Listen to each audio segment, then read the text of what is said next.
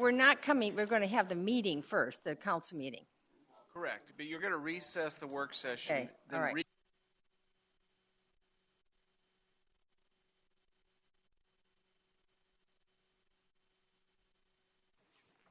I'd like to call the meeting to order. It's a regular meeting on Monday, April 25th. The time is 6 p.m.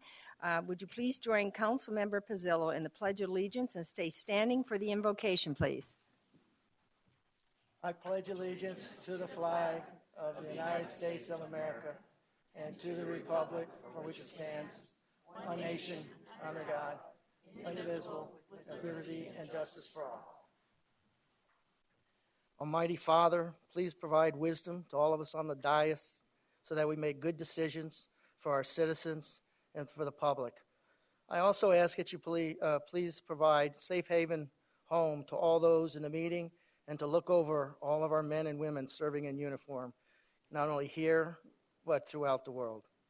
In thy name, amen. Amen.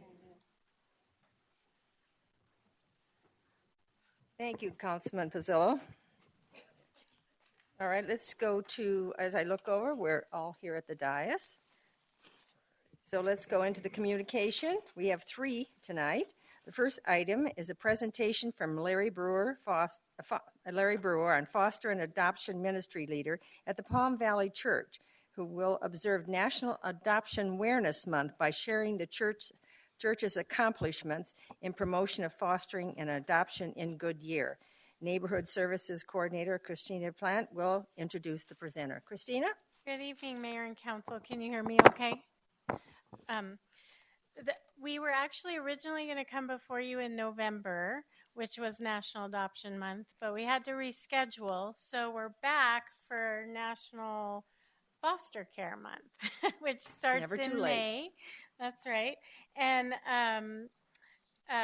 there is a great need for foster care parents here in the Southwest Valley, and Palm Valley Church is one of our local leaders who are working very hard to try to identify families to become certified to be foster parents. And Larry Brewer leads that ministry for Palm Valley Church, so he has a brief presentation for you. Welcome, Mr. Brewer.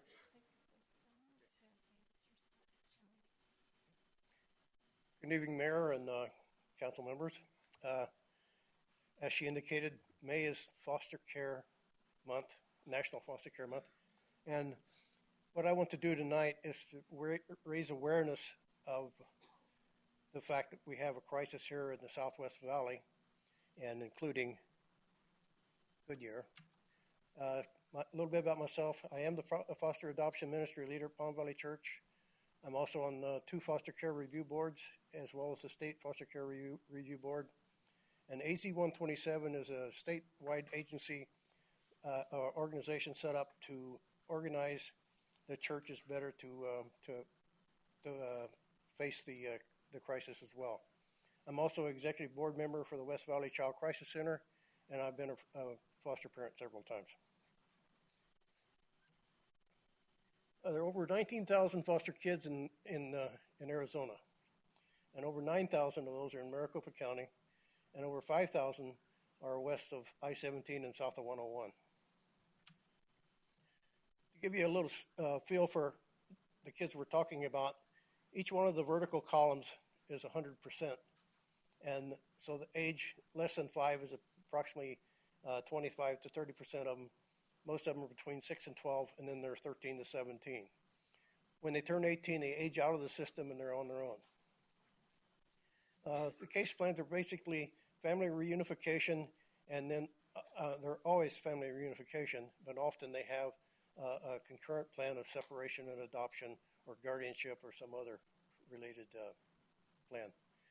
Most of them end up in the family reunification phase. That's when the parents try to work out their problems. If they don't work out their problems, then they end up in long-term foster care or available for adoption. And those that are available for adoption, most of them are placed by people that have been their foster parents. The crisis is we have too few host families. The kids are staying in the CPS offices for multiple days. And then they also, kids are staying in so-called crisis centers a lot longer. The crisis center is really developed to help for a week or two. The kids are actually staying in there for months at a time. So the kids are ending up in risky placements with their relatives and kinships, friends of the family and things like that. And they often get shifted around. So there's a lot of churn, especially in the first 6 months after the kid's removed. After the child is removed, you can count on them being in the foster care system at least 6 months. Typically, it's greater than a year. Part of the problem with the 19,000 kids in foster care, is that they're staying in the system longer now. 5 years ago, the average stay was 1.4 years. Now that's 2.7. So it's practically doubled. What happens when you have too few host families, if a child is removed from Goodyear and there's no beds available in this area, they may end up in Apache Junction or Chandler or someplace like that, away from their families, away from their neighborhoods. They have to change schools, all those types of things. Plus, it's very difficult for the kids to meet with their families, to keep that bond with their family. And the placement churn creates problems with rectifying the issues. So it makes it worse. This is where the beds are needed. The darker the red, the more the need. So as you can see, the whole Goodyear, Buckeye, Avondale area has a real need for beds. By beds, we're saying hosted, licensed foster care families that can take the kids for as long as they need. To exacerbate the problem, the foster and adoption agencies are the little red dots there. And as you can see, most of them are far from the Goodyear, Avondale area. So what this means is a lot of the service that's provided for the families, not only the birth families, but also the foster families in the area, can be strained because of just from the geographical distance. That also creates a problem with getting families through their host training, because they have to, one of the first things they have to do is spend 10 weeks of 3 hours each week going to class. So if you live in Goodyear and you work all day and you come home and you have to drive 45 minutes and go to a 3-hour class and drive 45 minutes home, that will probably preclude you from signing up to be a host family. So we're trying to get some agencies in this area as well. What do we need? We need public awareness. I think that people are sort of aware, but we really need to know that this is a severe situation. These kids are really in dire straits. So we need host families, and we need to look at the process and requirements for becoming a foster host family. In our ministry, we give monthly orientations to introduce people that are interested in them in becoming a host family, and we also give classes to become licensed as well. We help coordinate with the agencies, and we, even though I'm at Palm Valley Church, we cooperate a lot with the other churches in this area to try to make a cohesive approach to solving the problem. We also need volunteers for boards on the nonprofit foster care agencies. A lot of fine people. They have a major role to play, and they really need some executive board assistance. On the West Valley Child Crisis Center right now, for example, we're looking for advisory board members from the community to help guide the agency. And then there are things like court-appointed special advocates. They're people that are trained, and they are really one-on-one with the children, and they spend more time with the kids probably than the host families do. But they play a special role with the court and the participation with the court of the cases. And we're also looking for some donated space for some foster adoption agencies to be able to use even on a rotating basis, so that geographically they can support the people in this area. I have my contact information on there. If you have any questions or any suggestions on how we can help address this situation. Well, thank you very much for that presentation, Mr. Brewer. It's a sad one. Sad to hear about it. I'm sure council has some comments. Anybody would like? Yes, Councilman Loretano. Yeah, I could tell you personally, there's nothing that can compare to helping a child through a bad situation. And a little bit of love and a hand up can make a big difference in a child's life. Go ahead, Vice Mayor.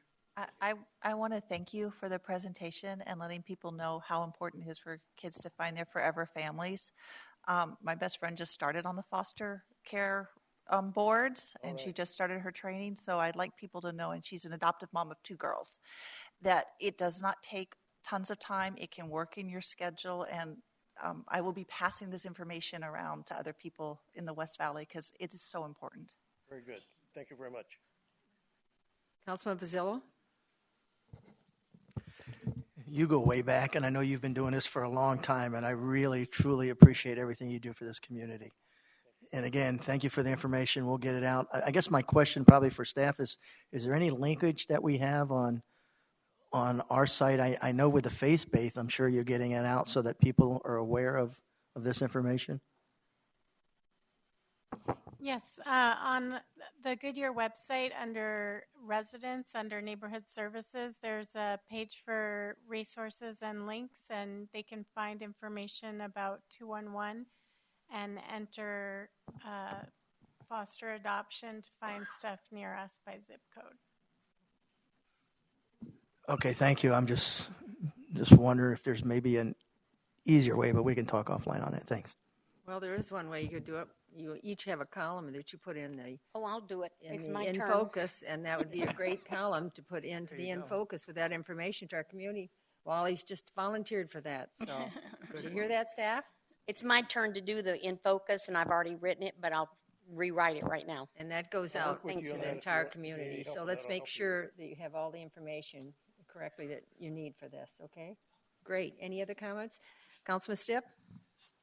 You know, on that note, Mr. Brewer, thank you so much for bringing this forward to us. You know, since this is National Adoption Awareness Month, and now that I've just said that out loud, it probably ends in like 5 days. Is it for the month of May or the month of April? May. It's the month. Oh, the month of May. So it's upcoming. Perfect.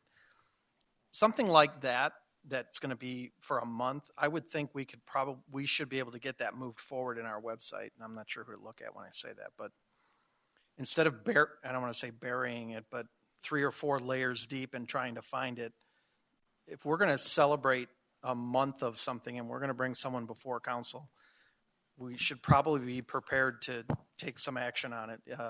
I know that Drowning Awareness Prevention Month is either coming or that should be something that when you click on the web, it's in a scrolling bar, and I think we can turn those on and turn those off. So I'd like to do what we can to get that word out. Thank you. The comments, Councilman Osborne? Mr. Brewer, thank you very much. I understand the plight that all these kids go through, and I know it's angels like you and everyone that you get to help you that you're looking over.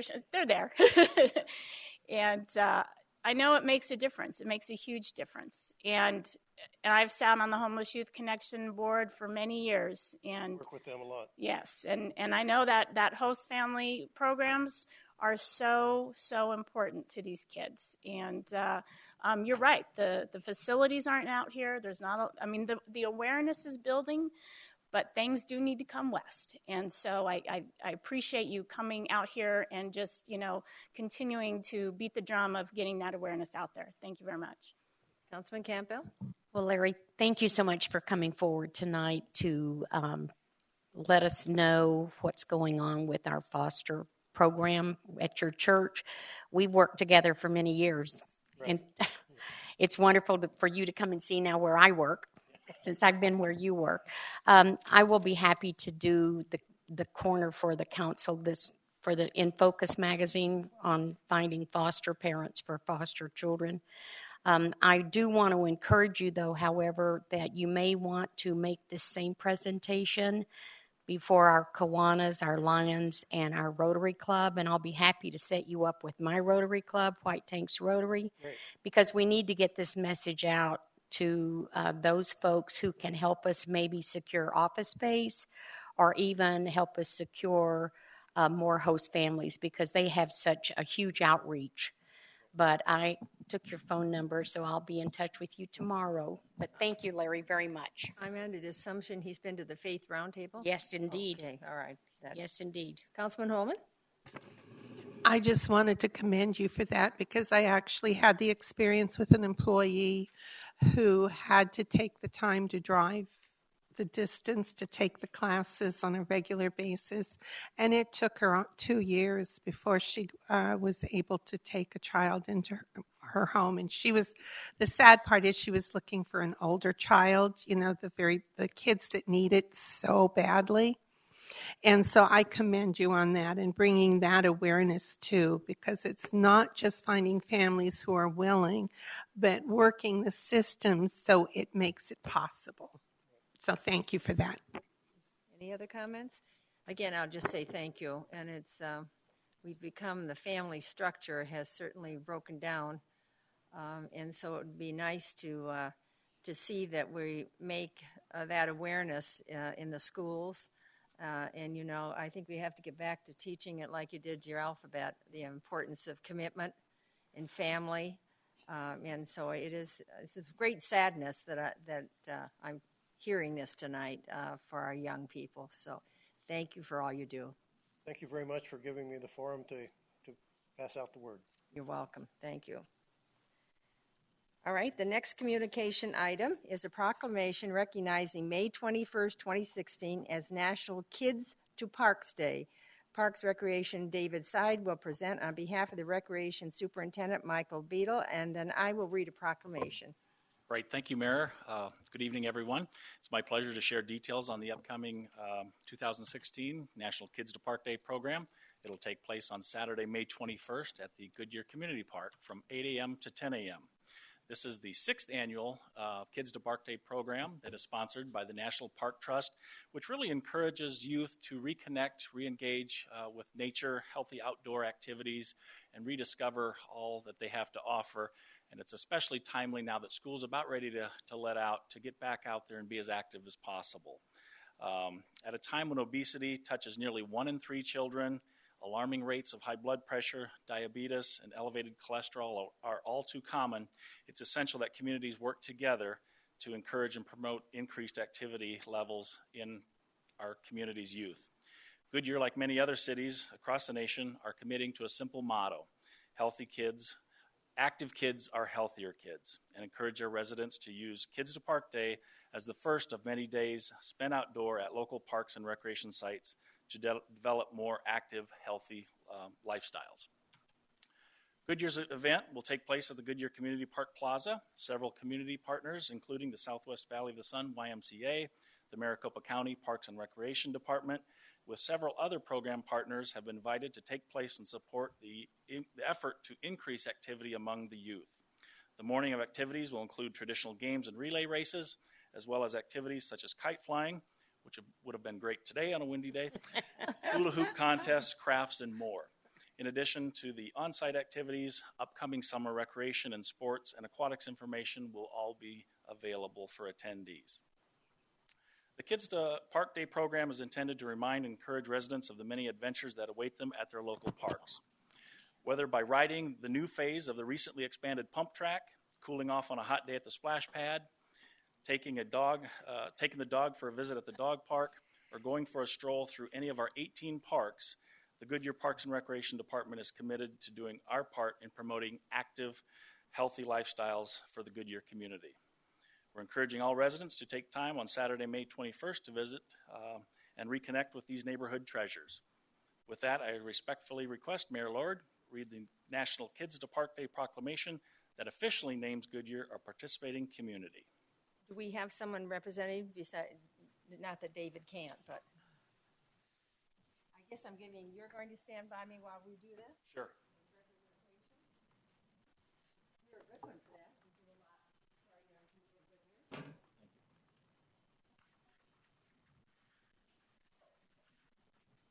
Again, this is an important subject. When I think about what we were told today about all the young people that need to be adopted, well, you know, they can always be adopted by a park. They're always going to have some place to go laugh and play. So this is May 21st, 2016, whereas May 21st, 2016 is the 6th Kids to Park Day organized and launched by the National Park Trust. And whereas Kids to Parks Day, well, it empowers kids. It encourages families to get outdoors and visit America's parks, whereas it is important to introduce the new generation to our nation's parks because of the decline in the park attendance, which is unbelievable to me, over the decades. Whereas we should encourage children to lead a more active lifestyle to combat the issues of childhood obesity, diabetes, hypertension, and high cholesterol. Kids to Park Day is open to all children and adults. I'm going to read that again. Whereas Kids to Parks Day is open to all children across the country and encourage a large and diverse group of participants. And most of the time it's free. Kids to Park Day will broaden children's appreciation for nature and the outdoors.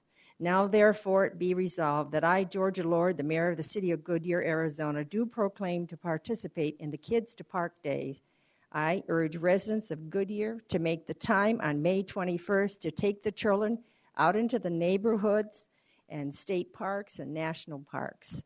Given under my hand in these free United States on the 25th day of April 2016, to which I have caused the seal of the city of Goodyear to be affixed and have made this proclamation public. David, I'm going to present it to you, and you'll present it to the superintendent. Thank you. Absolutely. Thank you so much. Thank you, Mayor. Thank you, Mayor. Thank you, Council. I'll just keep this.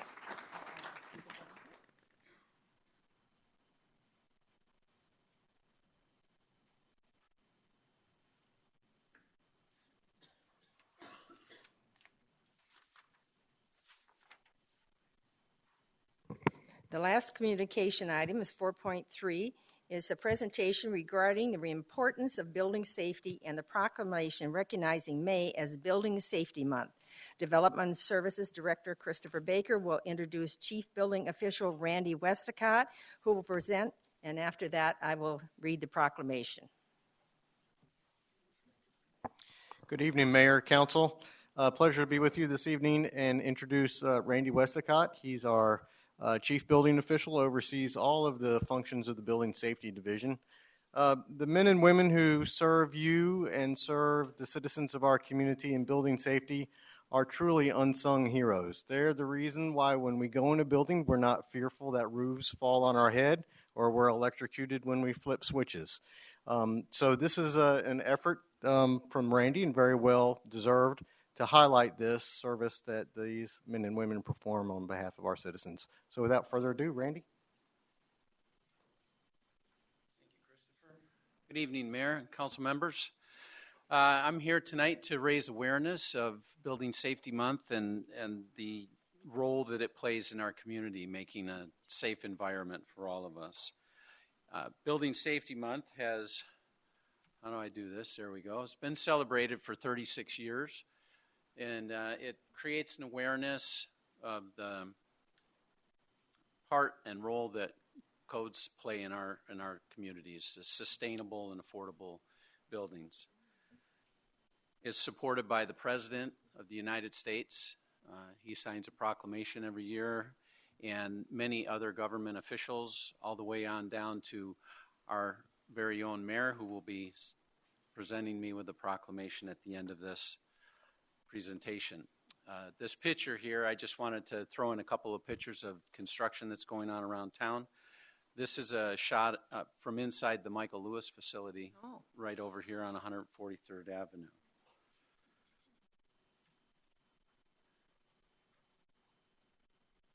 Building Safety Month helps create awareness to the role that the building codes play in our community, creating safe communities. It addresses topics such as fire, structural, ventilation, accessibility needs, and the types of construction materials that are all addressed in the codes that we adopt. It is celebrated for 4 weeks, and each week has a key concept. This is another shot from inside the Michael Lewis facility. Week 1 is Solutions for All Ages. And as our population continues to age, there are special needs that take place. We're living longer, we're working in our communities longer, and so as the codes continue to evolve, they will be taking into consideration some of the needs that may be worked into the codes to help to accommodate the aging working force. Adopting the building codes allows us to make incremental changes throughout the codes that can be applied across the board and therefore bring a greater benefit to the communities rather than just having some folks address it on a distinction basis, essentially saying that they offer one thing over another builder. We get some great advances in the code, small advances that are applied across the board, and it has a larger impact. We look at workspace designs and usable features within the structures. Week 2 is about the science of the building codes, and the science of the building codes can be connections that help the structures resist wind forces and earthquakes, tornadoes. The thermal envelope is the design of the structure as far as it relates to your interior environment and flood resistance, such as breakaway walls and foundation pass-throughs, essentially. They're vents that essentially drop and allow the water to pass through under the home when homes are built in flood-prone areas. We don't have a lot of that here. We try to build outside of those areas, but those are some of the things that the building sciences have brought to us. Week 3 is Learn from the Past and Build for Tomorrow. The building codes have been around since 1750 BC. Some of the earliest building codes were the Code of Hammurabi, and although their practices were a bit more archaic than ours, we've come a long way since then. The codes in the United States started to be enforced in the late 1800s, and this was a result of response to large fires that took place in urban areas. The Chicago fire was a big one that took place in 1871, with more than 300 lives lost, and 3.3 square miles of the city was burned over a 2.5-day period. As a result of that, the codes then came online. People realized we needed to do something about our building materials and how we were doing that. The codes do continue to improve. They're on a 3-year cycle, so every 3 years a new cycle comes out. And again, with incremental changes, lessons learned from the past are incorporated into the codes. Week 4 is Building Codes, a Smart Investment. So some of the things that adopting the most recent building codes does for our community is it helps us with our ISO rating, which can impact insurance rates. Insurance companies will look at the rating of a community as it relates to their residential and commercial construction, and how well we rate can affect what our citizens, both commercial and residential, pay for insurance costs. It shows our community to be a progressive and up-to-date community. It makes us more marketable, shall we say, for some of the larger national firms that want to be able to use the most current code stuff and show that they're being progressive as well in their construction and how they're applying the codes to their structures. Again, it does enable smoother transitions with incremental changes as opposed to broad sweeping changes. So the code cycle being every 3 years, it's really a good practice to try and be on an every 3-year code cycle. Unfortunately, we kind of got a little behind the 8 ball here recently with the Depression, as many communities did. Suffering from that, it was really quite challenging to be able to bring on new codes in the middle of that. And the City of Goodyear is represented on the MAG Building Codes Committee. We're also represented with the Arizona building officials, of which I'm the Central Chapter President and the past President of the Arizona Building Officials State Chapter. And we also have representation on the International Association of Electrical Inspectors, or IAEI. And with that, Madam Mayor, I I'd love for you to read that. And yes, before I go any further, I would be remiss not to point out that David Smith, sitting in the back here, our fire and building plans examiner, without whose help the most recent adoption of the codes that we had wouldn't be quite what it is. He's very instrumental in that and very instrumental in our department, and he's here in support of this as well.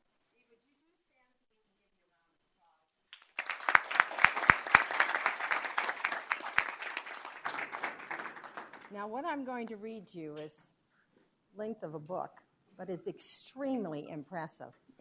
Extremely impressive. I just don't think that and I don't think the building industry, the developers, understand how important it is.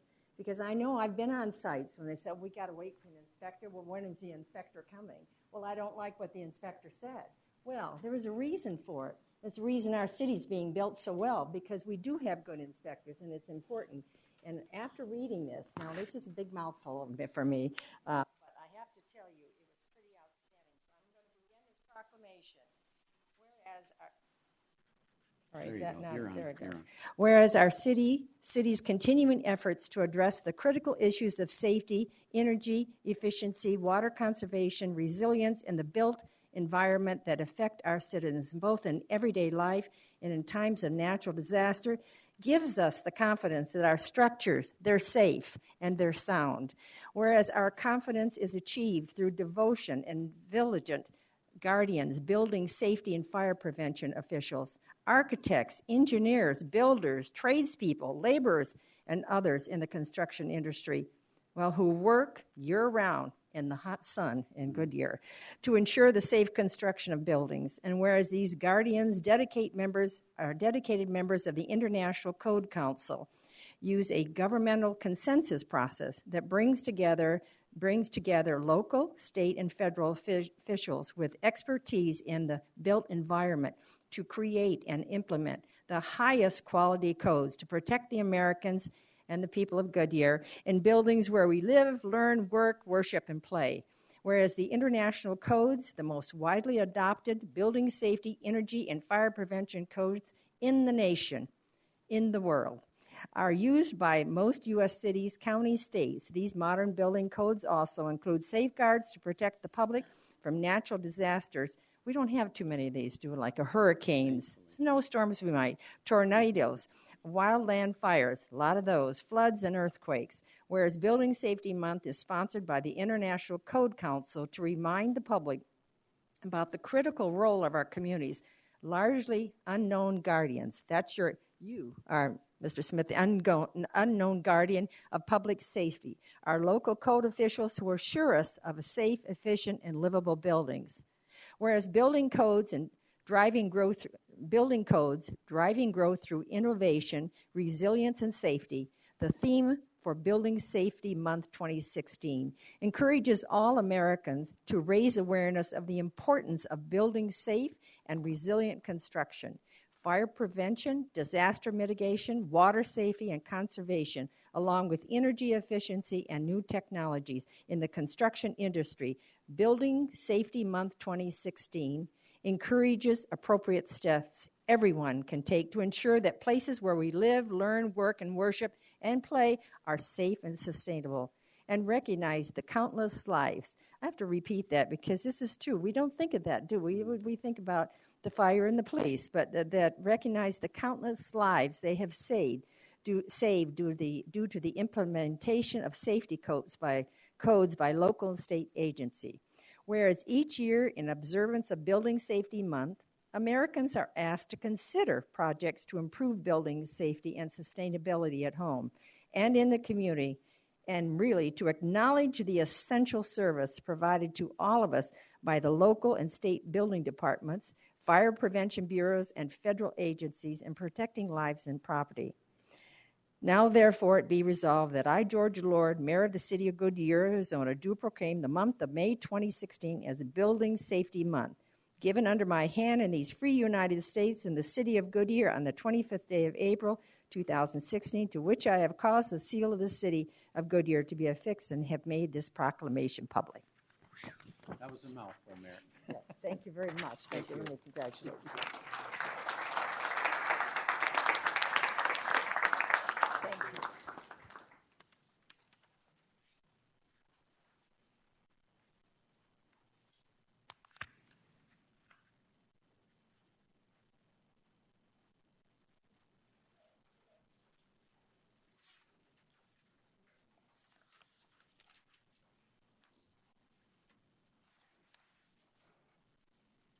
All right, now is the time for citizens who would like to address the city council on any non-agenda items. Do we have any speaker cards? No, Mayor. Would anybody in the audience like to speak?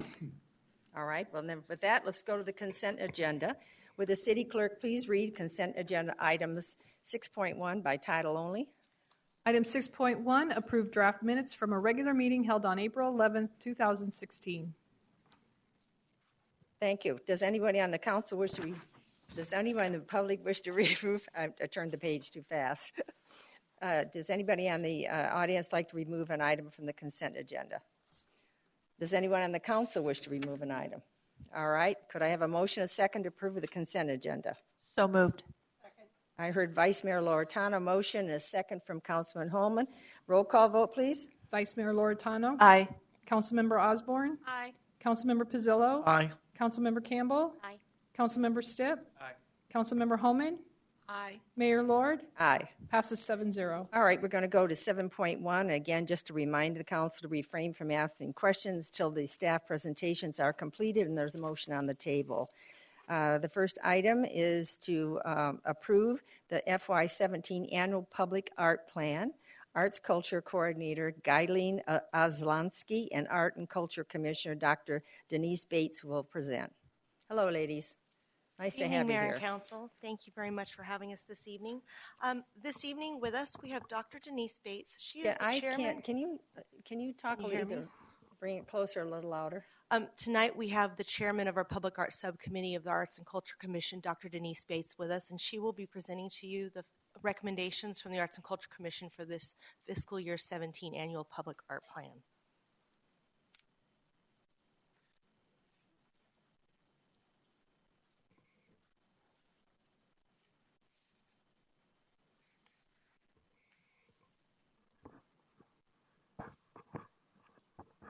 Good evening. Can you hear me? Does this I work? think you have to bring it, just bend it right down. That's it. That's it.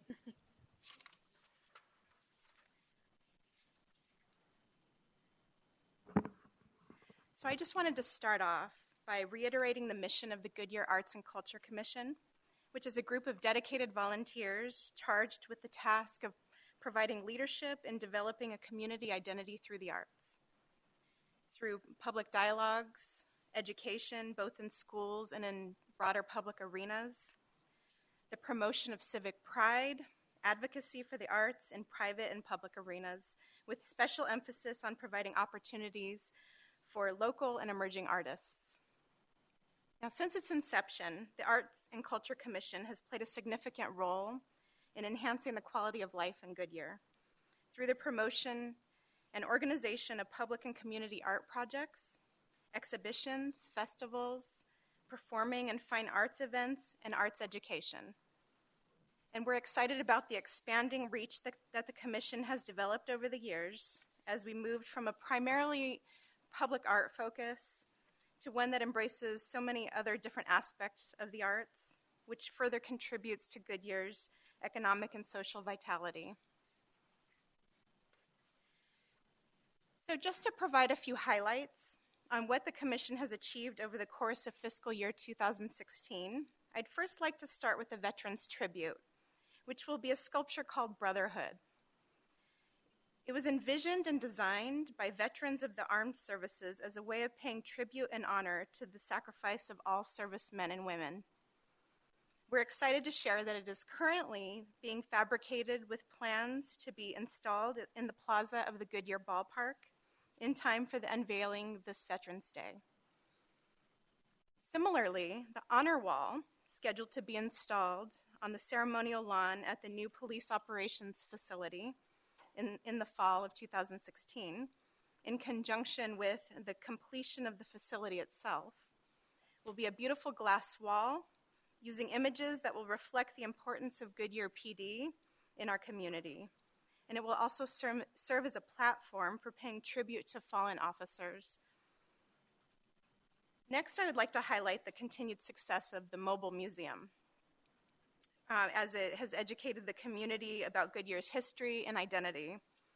In fiscal year 16, we added some new pieces, nearly doubling the content that's been on display. This pop-up museum was exhibited in 8 events this fiscal year, including the inaugural Veterans Day event and the State of the City. These are just a few examples of the many arts events and programs that ran during fiscal year 16. And we demonstrated a successful period of growth in the numbers of people who have been provided with an arts experience. A conservative estimate of 19,000 people in fiscal year 16 in comparison to 16,000 participants in fiscal year 15. And we look forward to staying on this trajectory as we bring arts to the public in greater numbers. Now, in turning your attention to the public art specifically, which is the focus of the Commission's budgetary recommendations, I would like to emphasize the importance that public art has in, among other things, establishing the community's identity, enhancing the built environment, instilling pride, promoting dialogue, and providing the community with cultural, social, and economic value.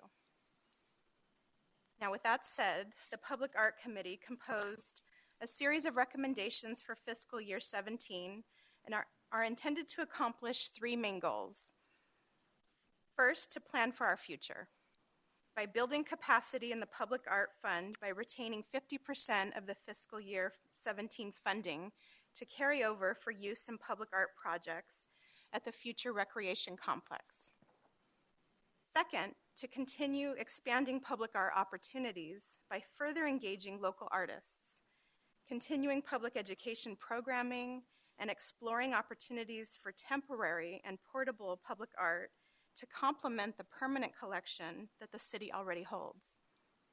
And finally, with such an impressive collection of public art already installed throughout the community, we recommend budgeting some of the fiscal year 17 funding towards the maintenance and conservation of the pieces to support the longevity of the collection. So with the recommendation to retain 50% of the $60,000 in expenditures for public art to carry over in order to build capacity in the Public Art Fund for future projects, let me focus on the recommendations for retaining the 50% that is broken down into 3 projects for fiscal year 17. First, we recommend budgeting $10,000 towards engaging 3 local artists to create city-inspired designs to serve as hanging art installations exhibited throughout the city on 114 light poles throughout the months of April and October. Oh, let's get back. There we go. There you go.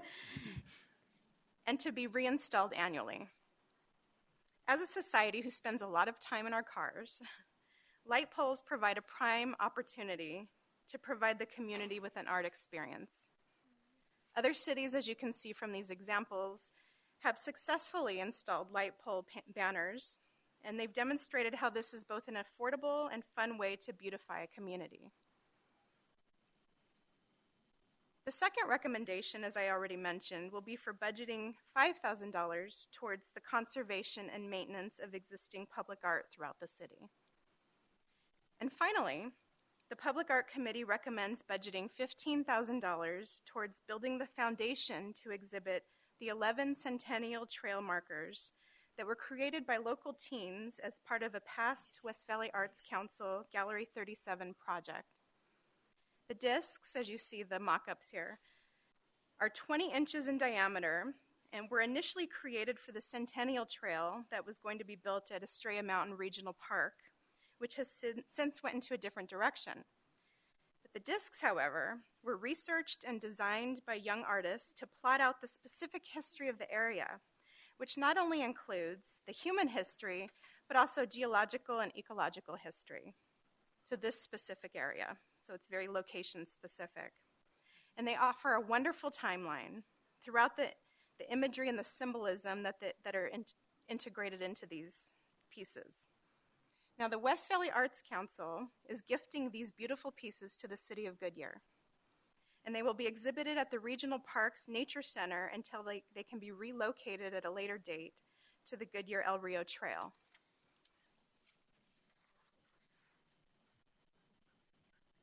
Now, in looking to the forecast, before I turn it over to Guyleen to talk more specifics, I wanted to give you some highlights regarding the direction that we're heading and what we're thinking that we would like to tackle.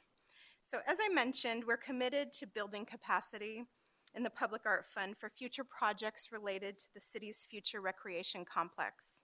In particular, we plan to focus on public art installations that are located in both interior and exterior spaces that are site responsive, which simply means the art is designed specifically for the space.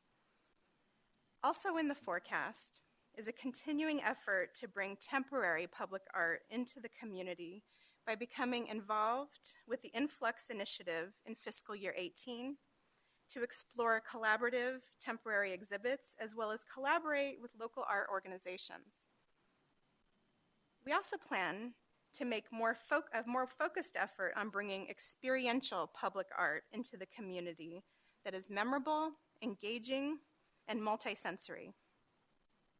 And finally, the committee is currently exploring opportunities for a historically inspired piece of public art that will memorialize Goodyear's 75th anniversary in 2021, a milestone that could inspire a permanent art piece to celebrate the city. Now, I feel like I've given you a nice teaser here that I'll leave it at that, but it gives you some ideas of what's in the pipeline. So I'll turn it over to Guyleen for some more specifics on the forecast. Thank you. Thank you, Dr. Bates. Mayor and Council, I did want to walk you through this slide. What we have here is just a chart to demonstrate what the 5-year forecast is from the fiscal analysis. Per the Public and Performing Arts Ordinance, the Arts and Culture Commission is to recommend expenditures for each immediate fiscal year and make recommendations for the next 5 fiscal years. And so on here, we do want to demonstrate how they are building the capacity in the Public Art Fund so that they have plans for the upcoming recreation campus. So you can see here in fiscal year 17, we have an appropriated budget amount of $60,000 with the expenditures for the projects that Dr. Bates spoke about, the 3 areas, the light pole banners, conservation and maintenance, and the Centennial Trail markers. That would be an expenditure of $30,000 for fiscal year 17. This would leave the balance of $30,000 that would be a carryover to start building the Public Art Fund. If we look down in fiscal year 18, again, we have an anticipated $60,000 that will be budgeted into the Public Art Fund for fiscal year 18 with plans to do some more small projects that would engage our local Goodyear artists just so that we keep the public art program moving forward. We don't want to stop creating public art, but we do want to do small projects so that at fiscal year 18, we still have a $30,000 at the end of that year to carry over, and now you can see we would have $60,000 saved now in the Public Art Fund. In fiscal year 19, again, it's an anticipated amount of $60,000 that's budgeted through the fiscal year 16 through 25 CIP project budget, and they are recommending spending only $5,000 in fiscal year 19 for conservation and maintenance to carry over $55,000. So at the end of fiscal year 19, they have $115,000 of capacity that they've built in the fund that they would like to apply to the budget for fiscal year 20 to come up with $175,000 to put towards public artwork at the recreation campus. And then finally in fiscal year 21, that would be the 75th celebration, the anniversary for the city, and they're looking to do some historical piece of public art at that time to be determined. And so I really feel that the Arts Commission, they've put a lot of thought into how this works and looking for the future and how their 5-year plan would work with the Public Art Fund. And these were their recommendations. And with that, Dr. Bates and I are available to answer any questions. I appreciate that. Thank you for the presentation. Are there any speaker cards? No, Mayor. Does anyone from the audience would like to speak? All right. Could I have a motion then and a second to approve the FY17 annual Public Art Plan as recommended by the Arts and Culture Commission. Do I hear a motion? So moved. Second.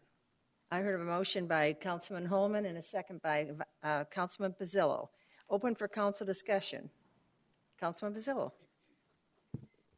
You know, I really like the idea of the, if you can go back to the ones where you had the poles, on the light poles, the banners. I really like that idea of dressing up the city, add some color, you know, and I really did bright and cherry, you know, so I think it sends the right message. I guess my question is, and I appreciate setting money aside, and it's probably more of a question generally for the council, but is the $30,000 that you have remaining for the half year going to be enough until you hit the 175 to do of anything? It's almost like you're squeezing your budget a little bit so we have enough set aside. Again, I like the fact you're setting it aside for when we have the rec building, but I'm just thinking out loud here, really is $30,000 enough, you know, during the year that's left to do some of the projects you want to do? Just a thought. Mayor, Councilmember Pizzillo, thank you for that question. At this point, there's $60,000 is budgeted in the CIP. For that, I think that the way that they have the plan to look at it in the 5-year forecast, they're able to build up that fund to be able to plan for a large-scale project. I think the question of whether the art isn't, you know, if it's enough budget. I'm the arts and culture coordinator. Of course, I'm going to say we'd love to have more budget. But at this time, I think that it's a really good plan moving forward. It keeps our public art program engaged. We're going to engage our local Goodyear artists for things like the light pole banners. We'll be able to make this Goodyear specific for these artists. And so it's a good plan moving forward. Yeah, I like the idea. I like keeping them engaged. We've got a lot of great artists. I've seen some of the results, you know, on the walls that you've had over at the library. And I've seen some of our local artists. So, again, anything you can do to keep them engaged, I think is a great thing. Thank you. Thank you. Vice Mayor? I want to thank you both very much. I think it's great, and everything the Arts and Cultural Committee has done has really added so much to our city. I love the banners, and I really do love the trail markers. I think those are absolutely gorgeous. And when they're set up, I think it's going to be a great thing to kind of learn some of the history of the area, you know, so I think that's really great. I do have a question about the budget, and this might be more for the city manager. When we do the recreation campus, would the 1% be budgeted out of that budget for the building? Am I missing something? That's what. Okay. Mayor, Councilmember Loretano, it was talked about briefly in the work session, but just for more clarification, it is up to 1% per our ordinance. Up to 1% of a city capital project can be used for public art. How we're developing the budget is from those. It really is limited to the $60,000 a year that we have for that. So it is building up that fund to then use these art funds that they're projecting to increase for the recreation campus. And I would ask, though, also on the police ops building, if you can add clarification on that, Guyleen, as far as how that's being funded. So the fiscal year 16 public art plan that the Arts Commission brought in front of you for last year had a $60,000 budget, and that was approved. The expenditure was approved by council, and it included the $40,000 that was going to be applied to the PD operations facility, the honor wall. So that is per the ordinance. As city manager said, it's up to 1%. It is what has been budgeted in the CIP, and that $40,000 has been applied to that artwork to go to that project from the public art fund. I guess, Mike, when we have such a big, like the recreation campus, such a big building, it seems a shame to then kind of shortcut the rest of the public art throughout the city. That, at least to me, that should kind of be built into, like the larger project should have kind of its own little art as part of the bidding for that project, I guess. And then so that the other stuff seems like it should be able to expand throughout the city. It seems like we're going to have to like kind of undercut for several years this whole budget. I don't know. It just seems like it should be its own kind of separate standalone as part of that. And when you say throughout the city, we are limited where we can do it because it has to be on city property. Oh, I know, yeah, but the banners and the other stuff. Okay. And I do like the fact you are putting aside money for replacement and repair. I think that's really important. Thank you. Councilman Osborne, I was looking down there. I was going to call somebody. Councilman Osborne. Thank you. First of all, you guys have done an outstanding job. I've just been amazed at what you've been able to accomplish, unlimited funds, but just, you've done an outstanding job for us. So thank you very much. With all of the different coffee talks and the different events, and just the mobile museum was wonderful, even though it blew away at the last event. You guys really have done an outstanding job. And I'm excited about the banners. I do think that they add beauty and color. And I don't know how many you're getting and how long of a stretch of street you're going to be able to take up. But, those are wonderful. I am going to have to echo Councilmember Loretano's concerns, because that's in the work session was the whole reason I brought it up. Is I guess I need to see the ordinance again, because I'm taking it completely differently. I feel like we're talking about two whole separate entities here. You have a capital project within the city, and up to 1% within that project's funding should be there. That should not be cutting the funding that goes to the arts for all the other things that you do. And you have proven time and time again what you can accomplish on limited amounts. So I feel like, to me, this isn't, I'm still confused about it. And I think that there needs to be some real clarification, because from the beginning when this ordinance first came to what we're seeing right now, it's night and day is what I recall. So I really do think I need clarification. But thank you for the great job you've done. Councilman Campbell. Well, thank you for the wonderful presentation, and I totally agree with Councilmember Osborne. I want to see the ordinance again, please, and I'm sorry that it is not with this presentation to refresh us on what was passed by previous councils. But I thought that the money was up to 1% from the project, and if we don't have a project, then we don't have the money. So all of this money, what are we building that you're going to have all this money from? It shouldn't be coming out of our general fund. It should be coming out of construction monies for the buildings. Mayor, Councilmember Campbell, thank you for that question. The Public Art Fund is not funded from the general fund. It is funded from the Capital Improvement Project budget. And I mean, to go into details, right now it's not per project that an art project is assigned to. There is a budget too that's assigned to it per year from the Capital Improvement Project budget. And next time I will definitely make sure you have a refresher on what the ordinance is, so that we can look at that, and I'll get that out to you so you can look at what the language is in the ordinance.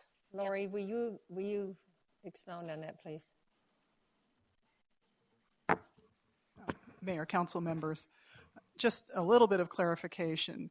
$60,000 a year is allocated through the CIP to the public art program. That was done, and my understanding of the purpose of that is that there are a large portion of your CIP is funded through impact fees, which are not eligible to be used for art. So that's a large part of the program that you could not use 1% of those resources for public art projects.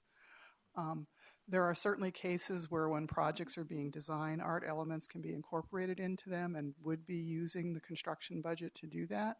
We would not necessarily keep track of that separately as part of the art program. But overall, as we go forward, there are opportunities to look for those things. I'm unfamiliar with the bond language and that type of thing with the bonds that we currently have authorized, so I'd have to go back and research those to ensure that they would be eligible for art projects if that's something that the council would like to explore.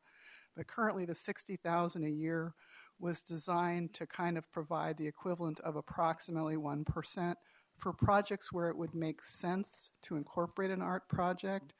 Water line projects, wastewater line projects would not be the type of projects that would be susceptible to incorporating art into them. So that's my understanding of how the program is being funded right now. Any other questions on the dais? Comments?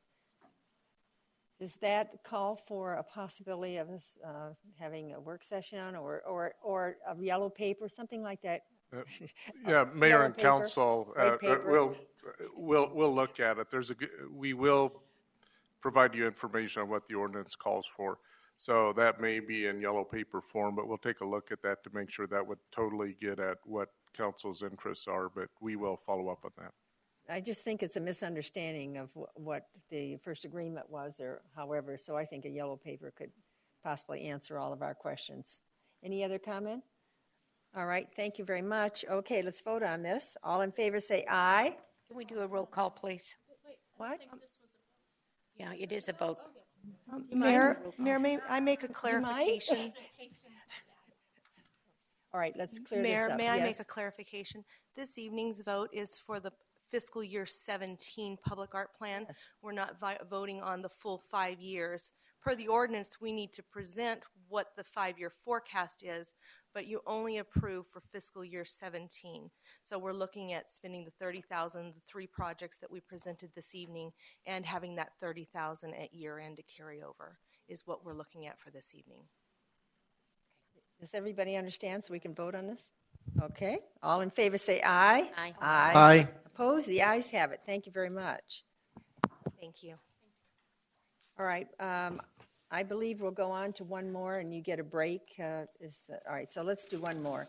7.2 is a business to consider approving the March 2016 budget transfers. Budget Research Manager Lori Wigenroth will present. Lori? Mayor, council members, we don't have a formal presentation. Is there any way they can turn that microphone up a little bit? We can't. Yeah, and it's kind of a stretch to get to it. Yeah, would you? Because it's really a strain. I don't know about anybody else is having any problems. Go ahead. We don't have a formal presentation, but we did want to give you a chance to, wanted to just call out a couple of these budget transfers because they're a little different than some of the typical ones you've seen in the past, as well as answer any of your questions. The first one on the list for $220,000, what we're doing in that particular case is we're trying to use up the remaining older impact fees. And so we want to reallocate those from a project that's going to be a little bit later moving forward and moving them on to a project that's ready to move forward now. It's a better match of the funding source with the project as well.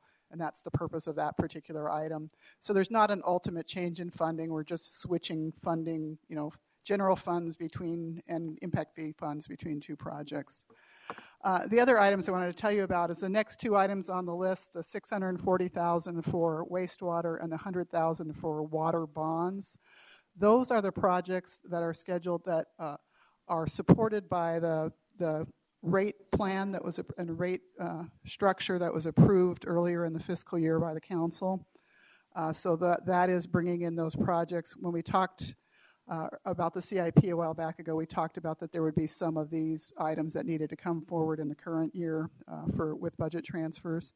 I will also point out that you'll be seeing another item relative to the wastewater portion.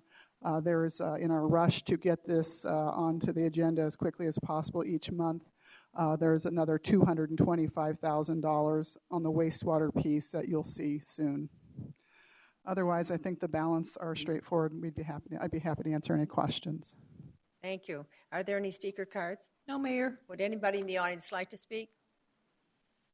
All right. Could I have a motion and a second to approve the March 2016 budget transfers? So move. Second. Motion by Councilman Campbell and a second by Councilman Osborne. Open for council discussion.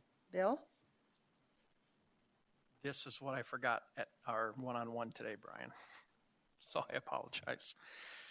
These water and wastewater, $740,000. Did we have a presentation on what these were for, other than they were part of the bigger picture in the rate study? I mean, have we seen these specifically, like we do on most of the other CIP projects? Mayor, council member, I did not participate through the rate process as you were as that was reviewed with you. So I'm unsure if you saw these specific projects. I can see if Public Works has a response. Is Mark Holmes in the room or somebody from the department? Yeah, I don't know that Javier was here either. Javier, he'll take care of that. Mayor, Council, I was here at the tail end of that process. Those projects were shown to you as part of the list of the projects supported by the 5-year rate plan. If any of those projects, as we develop the scope and are ready to move forward, meet the criteria of coming back to council for approval, we will bring them back and present them to you individually as needed. Okay, so I guess what these appear as though they have already moved forward. No, they have not. We're requesting a budget transfer so we can move forward with those projects. Got it. Thank you. Any other questions? Okay, then could we go ahead and vote on this? All in favor say aye. Aye. Aye. Opposed? The ayes have it. Thank you. All right, would you like to take your break now? Okay, so we're going to take a little small, how long do you think we can do this? 20 minutes? 15 minutes? I'm looking at 20 minutes for sure. How much? 20 minutes. 20 if we minutes. can. All right, we're going to be taking a 20-minute break. I can't even go to the bathroom. No, you can't. All right, we're back from our break, so let's go to 7.3 to consider approving the programmatic agreement with the Bureau of Land and Management and the Arizona State Historic Preservation Office regarding the Sonoran Valley Parkway project. This feels like deja vu, you know. And of course, it's nice to see you here, Mr. Schmidt, because you know all about this. Thank you, Mayor and Council. I'm glad to be here to talk about this project. It's been a long time in coming, but I think maybe we're going to see the light at the end of the tunnel, and it's not a train. So,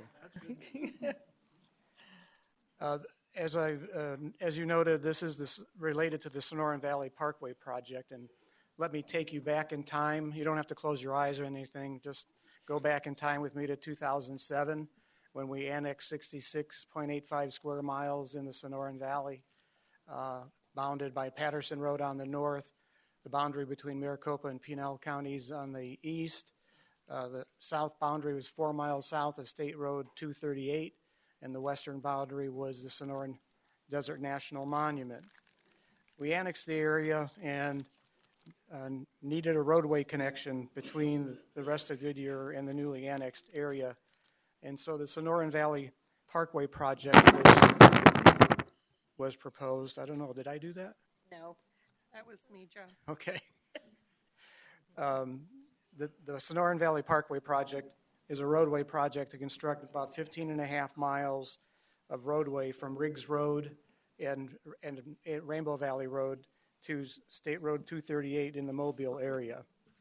A right-of-way application was filed in 2007 by Montage Holdings, who was the developer of Amaranth, and the right-of-way application was refiled in 2008 by the city because the BLM required a public roadway right-of-way to be requested by a governmental entity rather than a private party. Then the housing market collapsed in November of 2008, and Montage lost the property, and we took over the EIS in 2009. We hired SWCA environmental consultants to complete the EIS because they had started it with Montage.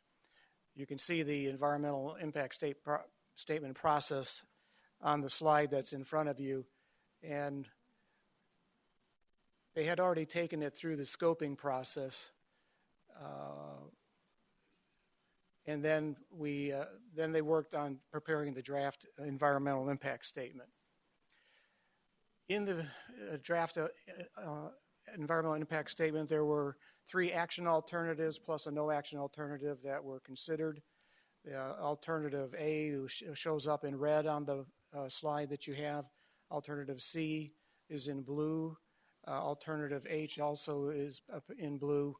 And then all the action alternatives would intersect with State Road 238, actually about a half mile at this location, about a half mile west of 99th Avenue, which is where the Mobile Elementary School is. During the review process, two subalternatives were considered, subalternative F and subalternative G. Subalternative F departed from the main line to the east, about half a mile east of 99th Avenue, and the subalternative G, I'm losing my arrow, is this one here, which intersects State Route 238 about a mile west of 99th Avenue. There were also three other action alternatives plus two alternatives that were identified in the EIS process but were not considered for a variety of reasons that they developed during the screening process. The proposed parkway design is to obtain a 250-foot right-of-way for an ultimate 6-lane section that would be divided. Initial construction would be expected to be 2 lanes. The estimated construction cost in 2008 for a 2-lane section was $46.8 million.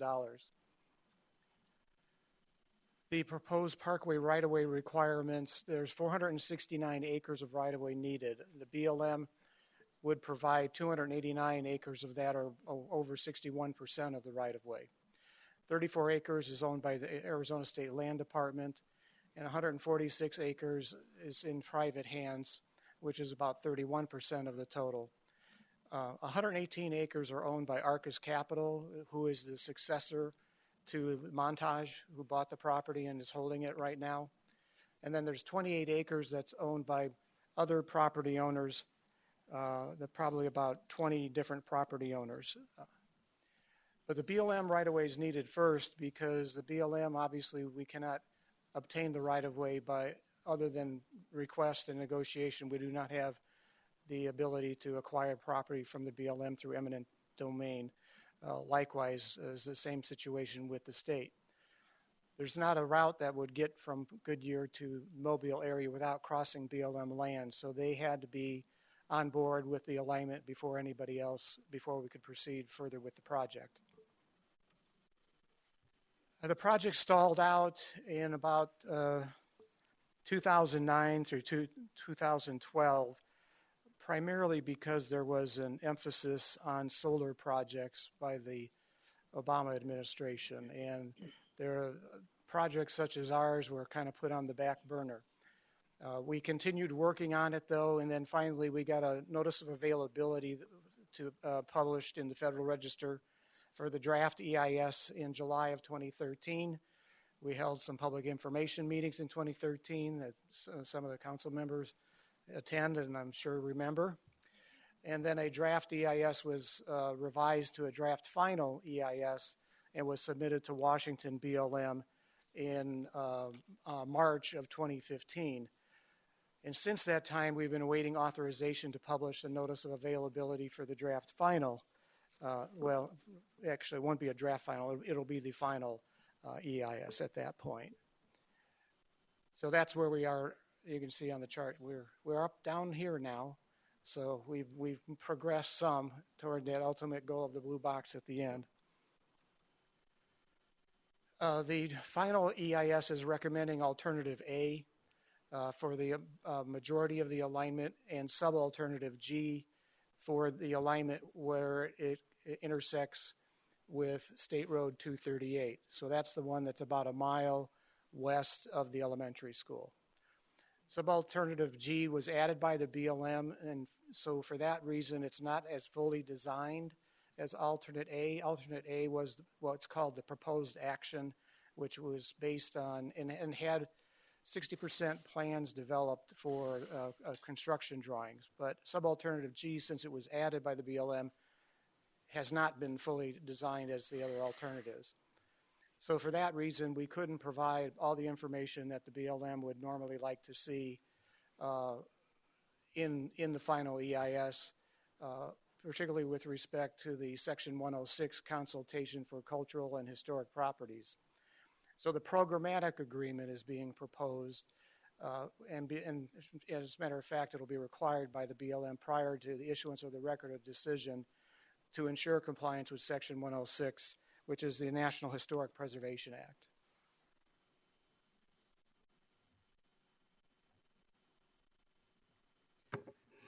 To review the terms and conditions a little bit of what's in the programmatic agreement, we would agree to comply with the Section 106 and continue consultation with all affected parties.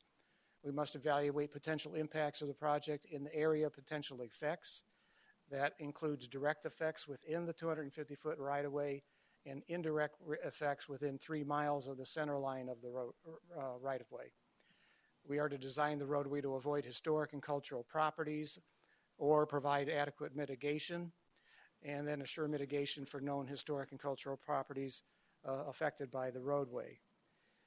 During the review, there were 6 potential historic sites were identified for direct effects. 2 are eligible for the National Register, and 1 requires further testing to determine eligibility. And 3 were determined not to be eligible, and so would not have to be addressed. And SHPO has concurred in these recommendations, so that's a positive. The agreement would also require us to prepare a historic properties treatment plan. That must be submitted before issuance of a notice to proceed, which is much further down the road, pardon the pun. But it would require for us to conduct additional investigation of potentially eligible sites, monitoring and discovery plan for unexpected, unanticipated discoveries, and define the responsibilities for proper handling and disposition of artifacts, anything that's found. It requires a public involvement plan and then a termination plan. The term of the agreement is 10 years, and there'll be annual reporting of cultural resource activities on the project. I was advised today, this isn't in your materials because I just was advised today, that 3 of the invited signatories have already signed the programmatic agreement. We have signatures from ADOT, Arizona State Museum, and the Arizona State Land Department. And we also have a signature from 1 concurring party, that is the Ak-Chin Indian community. So out of the 5 concurring parties, we have 1, the Ak-Chin community. Out of the invited signatories, of 4 of those, we have 3 out of the 4, with the last one remaining is us. So I think we can handle that one. I think we can. And then we have the 2 remaining signatories to the agreement, which is the Arizona State Historic Preservation Office and the BLM. SHPO is expected to sign first, and then BLM is expected to sign last. I would mention as well that the successor to the Montage Company, Arcus Capital, the representative Jason Berry had planned to attend tonight's meeting and express support for the project, but he was called away to address a family matter. They wanted me to convey to the council that they want a cooperative relationship with the city, and they have started to look for a master developer to partner with on the property. It doesn't mean that development is imminent, but it does express an interest that they have to work with us. Also, I received information today that the BLM Phoenix District Office is committed to completing the project. The state director has been briefed and is comfortable with the project and is planning to brief the Washington BLM office sometime in the next 2 weeks. So that brings us to the next steps. Hopefully, the Washington BLM will authorize publication of the Notice of Availability in the Federal Register. There'll be a 30-day availability period. The BLM will address any comments that's received during that 30 days, and then the BLM will file the final EIS with EPA and publish the final EIS. At that point, the Lower Sonoran Field Office would be in the position to issue the record of decision. There's a 30-day protest period that goes along with that, and then the BLM would issue the grant of right-of-way. So I'm requesting tonight that you approve the Resolution 16-1746 to authorize execution of the programmatic agreement so that we can move forward with the project. I'll stand for any questions. Schmitz. Appreciate it. Are there any speaker cards? No, Mayor. Does anyone in the audience wish to speak? I'm sorry that Mr. Berry can't make it tonight. That would have been nice to hear from him. So Let's go on with the city clerk. Please read resolution number 16-1746 by title only, please. Adopt resolution number 1746, approving the execution as an invited signatory of a programmatic agreement among the Department of the Interior, Bureau of Land Management, Arizona, the Arizona State Historic Preservation Office regarding the Sonoran Valley Parkway project through Rainbow Valley, Maricopa County, Arizona, from Rainbow Valley Road to State Road 238. Thank you. Could I have a motion and a second, please? So move. Second. I heard a motion by Councilman Campbell, a second by Vice Mayor Loretano. Open for council discussion. Councilman Osborne? Hello, Joe. Hello. Well, this has been a long time coming, hasn't it? Yes, it has. Thank you. Just a couple of questions. You mentioned a 10-year agreement. If, in fact, we didn't have funding for this roadway for 10 or more years, would we have to go back through this process again, or what do we mean by the 10-year agreement? Mayor Lord, Councilmember Osborne, the 10-year term is meant so that the agreement is revisited at that time. If we have not commenced construction within that time period, we would basically renegotiate a programmatic agreement at that point. Okay, good. You mentioned that you were going to have to do an annual report on the cultural changes or whatever, but if nothing's happening, there's really nothing to report, correct? I mean, this isn't going to take a lot of your time yearly to have to. No, Mayor Lord, Councilmember Osborne, it's anticipated that during the first few years, in particular, there's won't be any activity that would require more than a conference call. And lastly, because I don't remember from so long ago, what was as the city's preferred route? Is it what we've got, or was there a different route that the city really Mayor Lord, wanted? Councilmember Osborne, the preferred route was Alternative A. So it was good. That was, as I indicated, called the proposed action. But where that route intersected with State Route 238, came particularly close to one of the historic sites. And for that reason, the BLM recommended that it be relocated further to the west. Fortunately, the bulk of that realignment, if not, maybe all of it, if we tweak it some during the final design process, is on Arcus Capital land, so it would not affect any other private property. Okay, that was all. Thank you. Councilman Stipp. Councilmember Campbell, but That's all right. I called your name. Just go ahead. no, that's fine. Joe, I was tracking this whole thing as this really becomes the final symbolic movement with this EIS project, and that there was really nothing to do from here other than fund the road. Is that probably oversimplified it, but Mayor Lord, Councilmember Stipp, to take it beyond where the EIS, what has to happen after this point, there needs to be right-of-way acquisition from the other properties. There's state land and then some 20-odd private properties. And then there's final design of the roadway. Obviously, the historic treatment plan has to be done as well. So that you have to accomplish all of that before you can actually, even if you had funding, before you could start construction. We have to file a plan of development with the BLM when we're ready to go, and then we have to have a notice to proceed approved by the BLM before the actual construction would start. okay. So essentially, nothing really until we figure out how we're going to pay for all that. Essentially, this kind of is the end point until we figure that stuff out.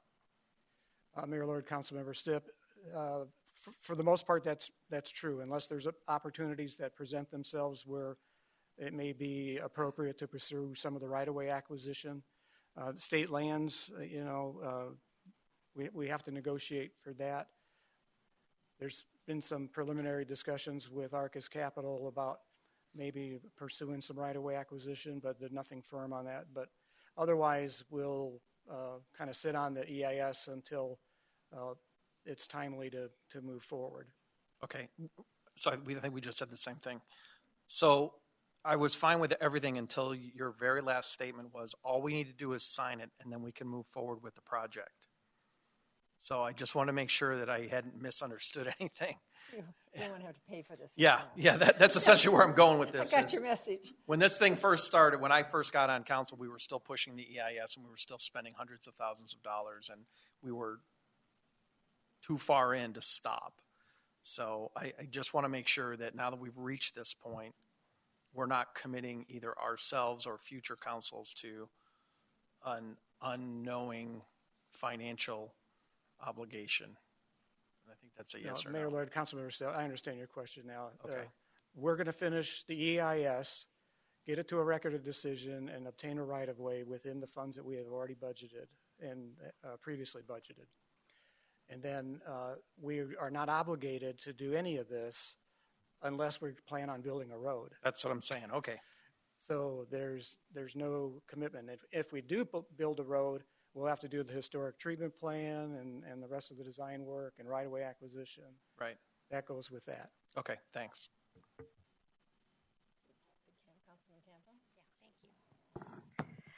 Well, I'm very excited to see it here since I was at the public hearing in that hot August night and listened to everyone.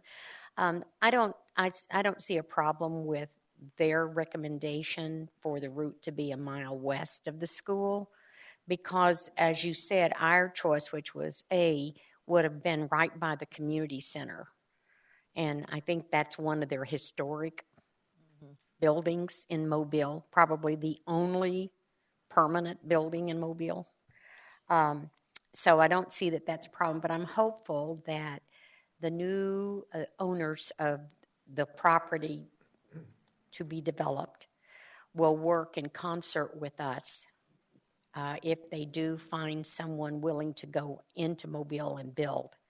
Because if we open that road up, it's going to be wonderful for those residents, but more than anything, it's so critical to provide Estrella another way out. And that's what I'm hoping that we're able to accomplish. I don't see us being able to do this in the distant future, but at least we're doing the steps that are appropriate so that when we are ready, we can move ahead.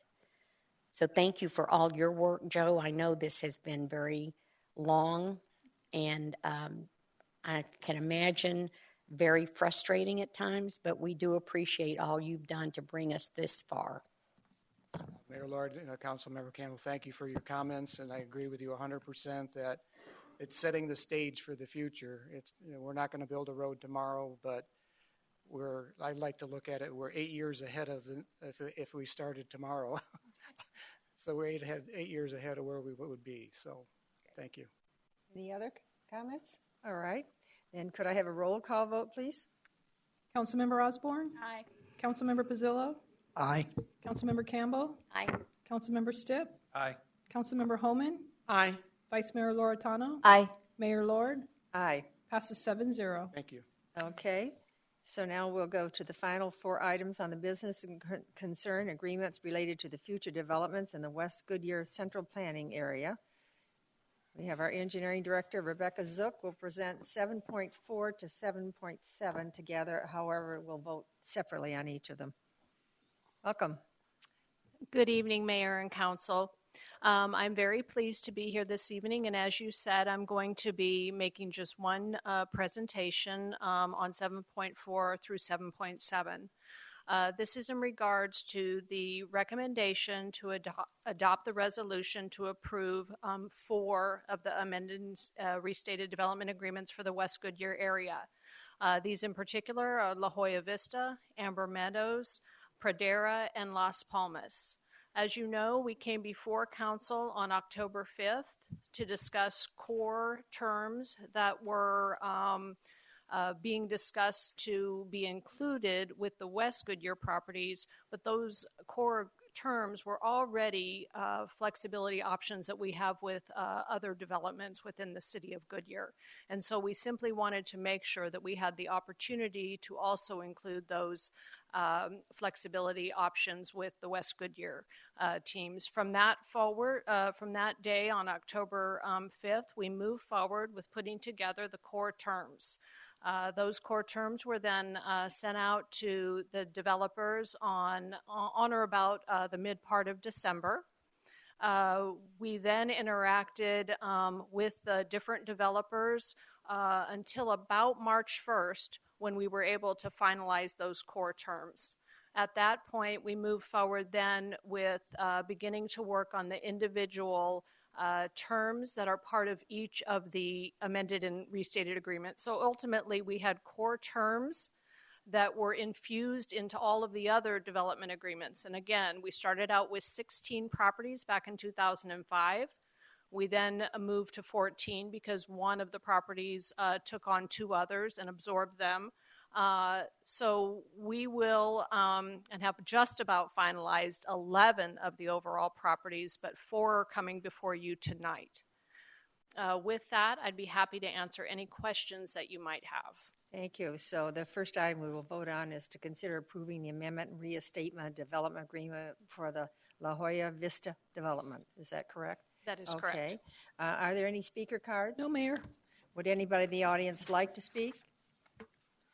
Will the city clerk then read resolution number 16-1751 by title only, please? Adopt resolution number 16-1751 approving the second amended and restated development agreement for La Jolla Vista regarding the development of a 198.5-acre parcel generally located at the northeast corner of Lower Buckeye Road and Citrus Road, providing authorization and direction to take actions and execute documents necessary to carry out intent of resolution and the second amended and restated development agreement for La Jolla Vista and providing for an effective date.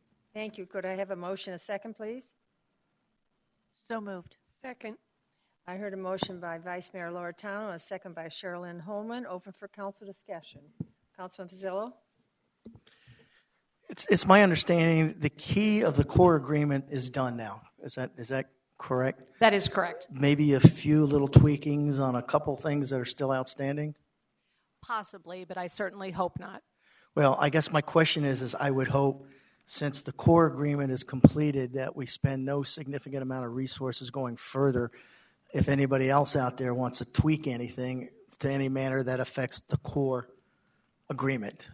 Okay? So I'm not sure I'm understanding. You may still be working with 1 or 2 others to get a signature on there. I would suggest, at least from my perspective, you're just looking for a signature with maybe some small variation on some details for the particular land. But the core agreement is the core agreement. Don't need it.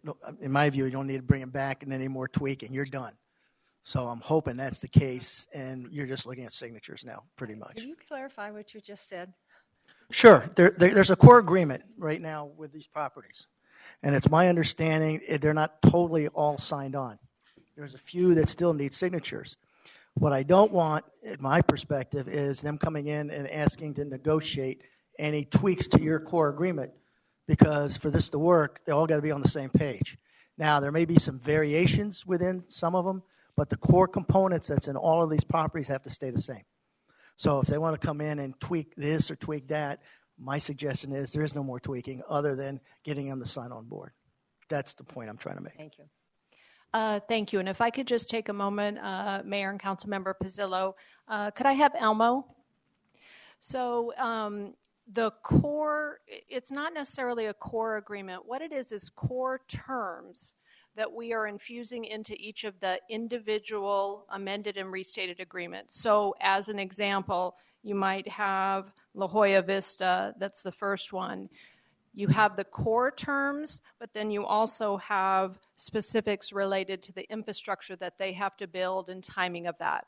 And so the conversations that we're having now with some of the developers, and we had one just this morning, was to finalize those pieces. It's not to discuss anymore the core terms, although there might be a maybe some legalese with the way we said something in one agreement versus another.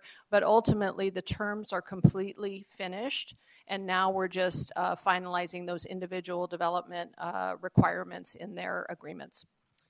And I appreciate that clarification. What I don't want is you've got all these people on board now for somebody to come in and say, well, you know what, I don't particularly like that core term, so I want to go in and tweak it and say this. And go, no, that's done. Here's the core terms. Now we may have to clean up a little bit your particular requirements on what you have to do, but we're not tweaking the terms. Here's the deal that's been cut. You're on or you're off, one or the other. You're absolutely correct. Yes. Okay, thank you. Any other discussion? Councilman Campbell? I've got a couple of questions, Rebecca. I'm the one that sent the questions to Rebecca in the first place to find out how many agreements were out, how many we still are going to have come forth, and trying to just get it going so we're not piecemealing this again like we're doing tonight. At least we're getting 4 in. I've got several questions, and I want you to help me understand these agreements that we're agreeing to, because we're setting a precedent for that area and for future building in West Goodyear. So was having the lender sign part of the discussion, and why are you having the lender sign off on these agreements? So the lender consent is part of, because they have the obligation also associated with the property owner. For anything that is embedded within those agreements, the lender has to be part of that. All right, and my next question is, and I don't know this, and I don't want a big discussion on it, I'm just trying to understand it.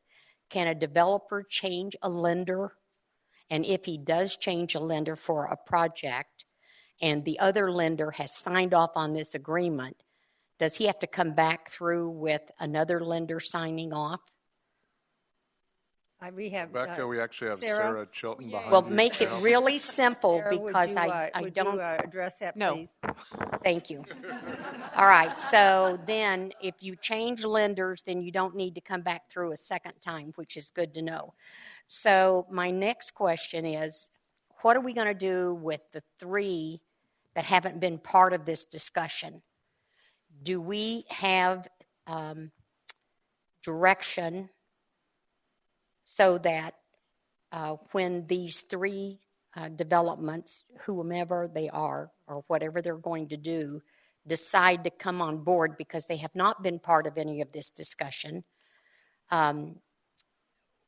we need to be sure that they are held to the same standard or the same agreement that everyone else has, even though they haven't been at the table, because apparently they're not interested in developing at this time.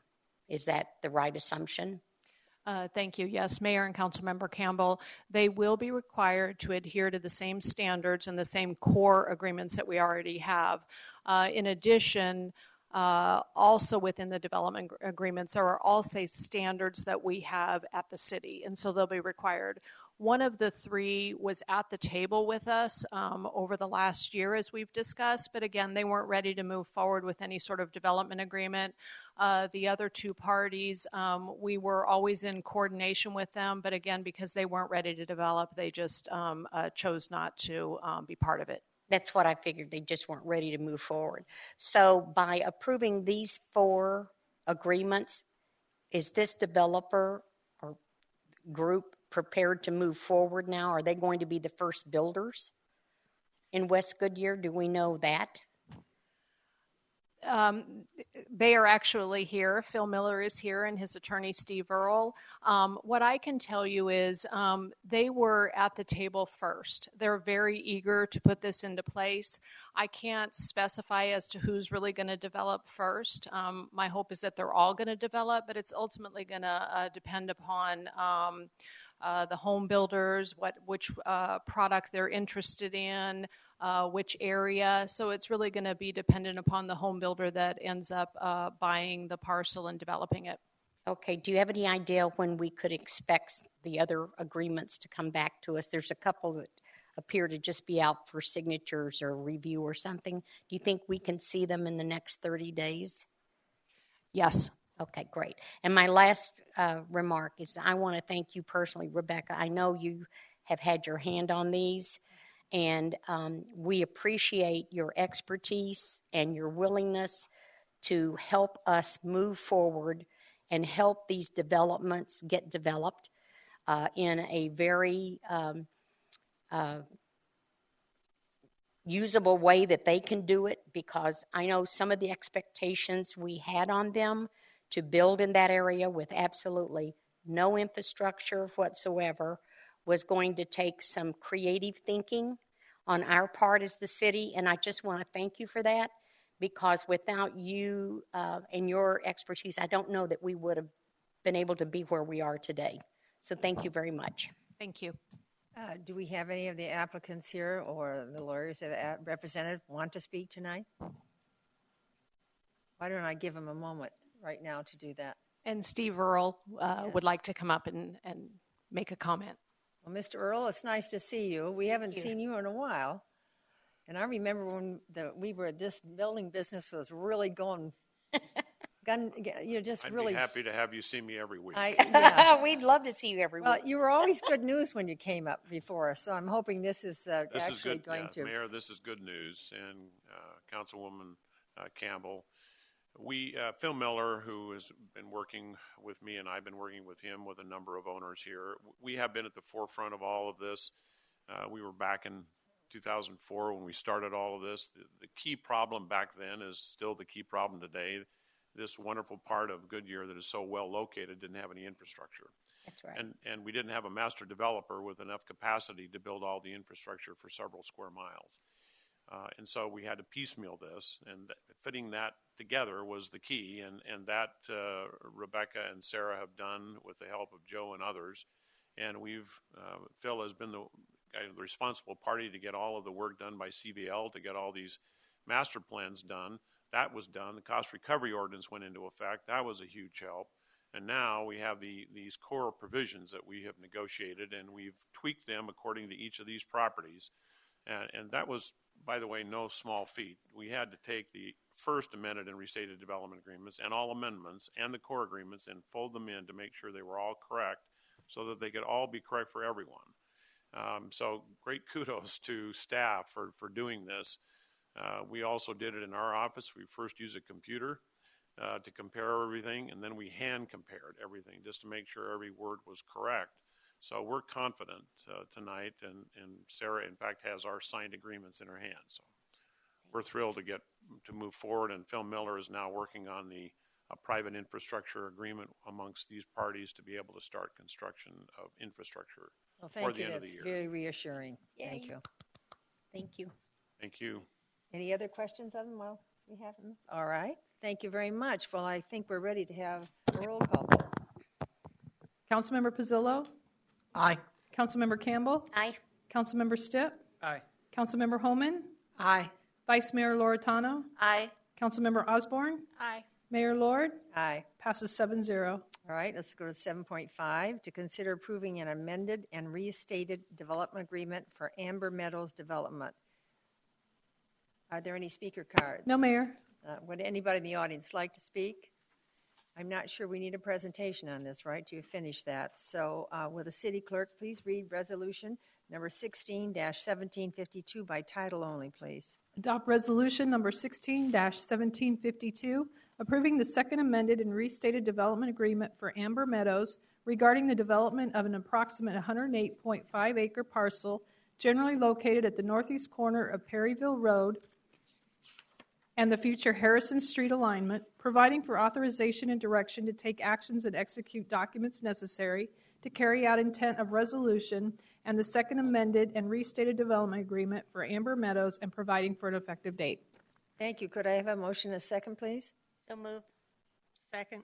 I heard a motion by Councilman Campbell, a second by Councilman Holman. Up for council discussion. I think we've really discussed this out, haven't we? Roll call vote, please. Councilmember Campbell? Aye. Councilmember Stipp? Aye. Councilmember Holman? Aye. Vice Mayor Loretano? Aye. Councilmember Osborne? Aye. Councilmember Pizzillo? Aye. Mayor Lord? Aye. Passes 7-0. We're at 7.6 to consider approving an amended restated development agreement for the Pradera development. Do we have any speaker cards? No, Mayor. Would anybody in the audience like to speak? All right. Will the city clerk please read resolution number 16-1753 by title only, please? Adopt resolution 16-1753 approving the second amended and restated development agreement for Pradera regarding the development of an approximate 160.4 acre parcel generally located at the northwest corner of Citrus Road and Lower Buckeye Parkway, providing for authorization and direction to take actions and execute documents necessary to carry out intent of resolution and the second amended and restated development agreement for Pradera and providing for an effective date. Well, you said that so much better than I, Pradera. Thank you. Could I have a motion, a second, please? So moved. Second. I heard a motion by Councilman Osborne and a second by Vice Mayor Loretano. Open for council discussion? No discussion. Roll call vote, please. Councilmember Stipp? Aye. Councilmember Holman? Aye. Vice Mayor Loretano? Aye. Councilmember Osborne? Aye. Councilmember Pizzillo? Aye. Councilmember Campbell? Aye. Mayor Lord? Aye. Passes 7-0. Well, here we go on 7.7 to consider approving an amended and restated development agreement for the Las Palmas development. Are there any speaker cards? No, Mayor. Would anybody in the audience like to speak? All right. Would the city clerk please read resolution number 16-1760 by title only, please? Adopt resolution number 16-1760 approving the second amended and restated development agreement for Las Palmas regarding the development of an approximate 273-acre parcel of land generally located east of Perryville Road, west of Citrus Road, south of Roosevelt Street, and north of Van Buren Street, providing for authorization and direction to take actions and execute documents necessary to carry out intent of resolution and the second amended and restated development agreement for Las Palmas and providing for an effective date. Thank you. Could I have a motion, a second, please? So moved. Second. I heard a motion by Councilman Stipp and a second by Councilman Osborne. Open for council discussion? No discussion. Roll call vote, please. Councilmember Holman? Aye. Vice Mayor Loretano? Aye. Councilmember Osborne? Aye. Councilmember Pizzillo? Aye. Councilmember Campbell? Aye. Councilmember Stipp? Aye. Mayor Lord? Aye. Passes 7-0. Thank you. Well, I'm going to just let you have time for comments and anything you need of the city manager, and then when this is finished, we're going to reconvene the work session, okay? So does council have any comments or accommodations? No information? All right. Does the city manager have anything to report? Mayor, members of the council, I have two follow-up items from the council meeting. One is to look at how we can better communicate the Foster Adoption Month. We'll look at opportunities for that on our website or whatever.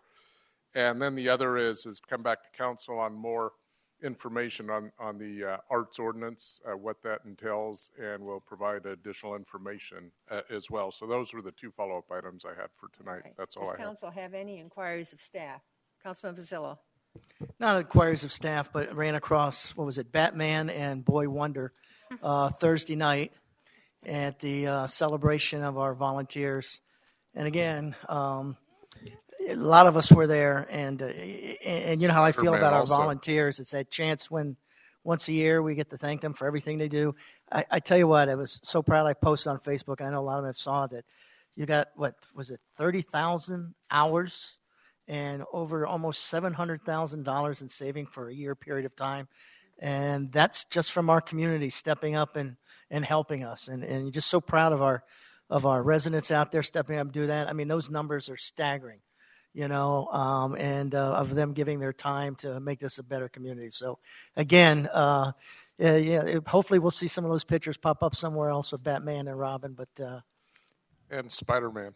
Oh, that's right. There was Spider-Man there, too, as well. So, again, thank the community. I'm sure we all comments. It is on the mayor's community. Twitter page if they want to see what they look like. Councilman Osborne. Just to follow up, I do think that we might need to hear how the city fared from all the wind today.